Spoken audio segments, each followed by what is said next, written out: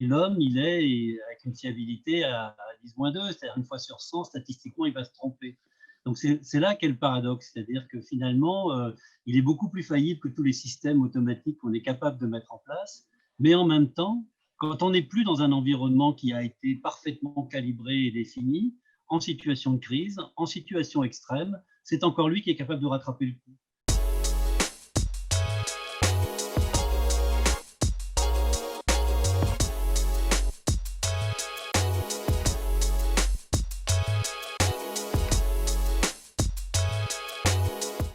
C'est un peu ce que effectivement, ce paradoxe, il est lié au fait que l'homme est un acteur de fiabilité parce qu'il est capable de faire face et de réagir à des situations non prévues. Il est capable de faire, il est multitâche, il est capable de se remettre en cause. Et en même temps, il est faillible en ce sens où, quand on fait des analyses un peu poussées, on arrive aujourd'hui à des systèmes qui ont des fiabilités qui sont très, très importantes, 10-4, 10-6, etc.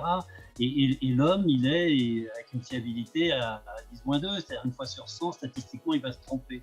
Donc c'est là qu'est le paradoxe, c'est-à-dire que finalement, il est beaucoup plus faillible que tous les systèmes automatiques qu'on est capable de mettre en place, mais en même temps, quand on n'est plus dans un environnement qui a été parfaitement calibré et défini, en situation de crise, en situation extrême, c'est encore lui qui est capable de rattraper le coup. Hein. Et donc, c'est en ça qu'il faut quelque part l'accompagner pour le rendre encore plus performant dans ces situations-là.